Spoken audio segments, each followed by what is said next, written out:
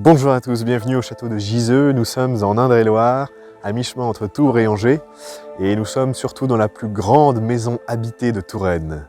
Pour commencer, je vais vous montrer les différentes parties du château, vous allez venir avec moi, ça va me permettre de vous parler de l'histoire et de vous raconter un petit peu la vie du château de Giseux aujourd'hui.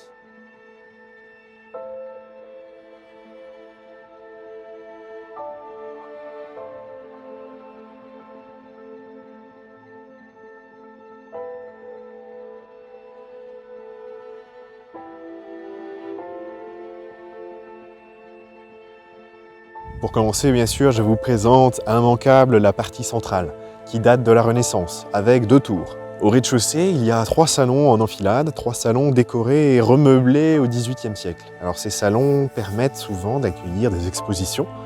En ce moment même, par exemple, il y a une exposition sur le Cantique des Cantiques, avec 3 artistes qui sont là et qui exposent leurs œuvres, alors des peintures et des sculptures. Et à l'étage, il y a beaucoup de belles choses, je vous invite à venir les voir par vous-même, notamment des galeries de peintures murales, c'est un véritable trésor.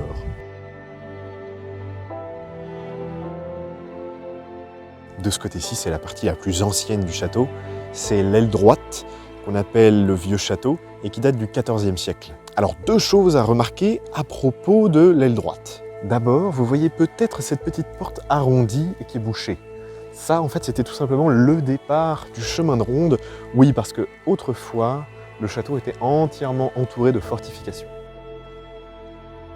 La deuxième chose que je voulais vous expliquer, c'était à propos de ces fenêtres-là qui sont bouchées et qui correspondent à une anecdote un petit peu originale de l'histoire de France. Si vous vous y connaissez en histoire des impôts en France, vous connaissez peut-être cette anecdote.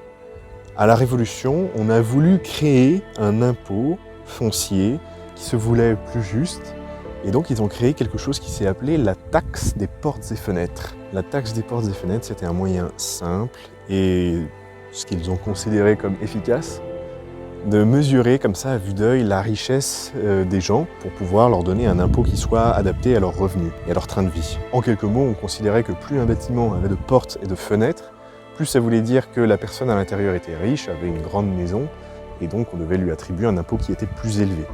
Alors il s'est passé une chose évidente, c'est que les gens ont commencé à boucher eux-mêmes les portes et les fenêtres de leur propre maison pour payer moins d'impôts. Et bon, apparemment ça a marché, ne me demandez pas pourquoi. Alors, on n'est pas là pour discuter de l'intelligence du système, mais c'était juste pour vous dire qu'ici, à Giseux, vous voyez, il y a une trace de cette période de l'histoire, et globalement, si vous voyez des gros bâtiments avec des fenêtres qui ont été bouchées aux alentours du 19e siècle, ça veut dire que c'était une réponse bien souvent à cette fameuse taxe, la taxe des portes et fenêtres.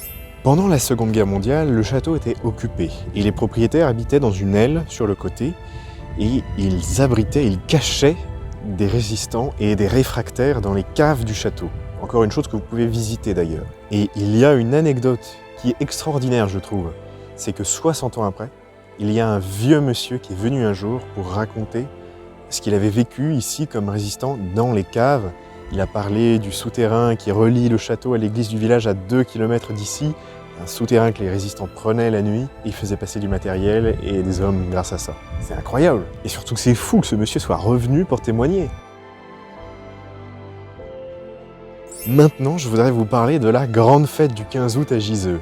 Tous les ans, c'est à ne pas rater. 3000 visiteurs, 70 bénévoles, on se croirait au Puy du Fou, 50 exposants, des artistes, des peintres, des bijoutiers, plein de choses, des ateliers pour les enfants, des costumes médiévaux, il y a plein de choses, c'est extraordinaire. Et ça se termine ici, exactement là où je suis, par un grand spectacle le soir sur les pelouses. C'est vraiment le point culminant de l'été, je vous invite à vous y intéresser. Regardez-moi ça, ils ont planté des vignes l'année dernière. Pourquoi des vignes ? Eh bien, il faut savoir que jusqu'au 19e siècle, le château de Giseux était un domaine viticole, jusqu'à la crise du phylloxéra.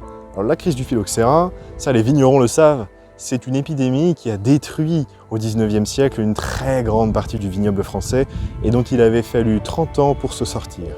Eh bien voilà, au 21e siècle, les propriétaires ont décidé de replanter des vignes du même cépage qu'avant pour refaire un vin du château de Giseux. Le but n'est pas de redevenir un domaine viticole, mais c'est juste de reconstituer le vin d'autrefois, le vin du château de Giseux. Je trouve ça formidable. Vous savez, je peux voir beaucoup d'espoir dans le futur du château de Giseux. D'abord parce qu'il est tombé sur la bonne famille. Là, il est dans la même famille depuis 226 ans. Et ce sont des gens extraordinaires qui donnent tout pour leur château. Ils m'ont invité généreusement à leur table. Et je peux vous dire que c'était une table très riante, chaleureuse. Une table autour de laquelle ils partagent leurs repas avec leurs enfants et avec les guides qui travaillent ici tout l'été. Alors c'est quelque chose qui m'a particulièrement touché, donc je remercie les propriétaires pour ça. En venant ici, j'ai entendu une phrase d'humilité qui m'a également touché, c'est que les propriétaires, même s'ils voulaient bien tout rénover, ils aimeraient bien, mais ils ne peuvent pas. Donc ils font leur maximum, tout ce qu'ils peuvent faire maintenant, ce sera ça de fait, ce sera ça en moins pour les suivants. Le rêve du moment, ça serait de rénover la chapelle. Et oui, il y a une chapelle magnifique, ils aimeraient la rénover, mais ça ne sera possible que grâce aux dons, au mécénat et aux visites. Voilà, j'ai fini ma vidéo, je vous remercie de l'avoir regardée, n'hésitez pas à vous abonner, à partager la vidéo, surtout, venez visiter le château de Giseux par vous-même. Merci, à bientôt.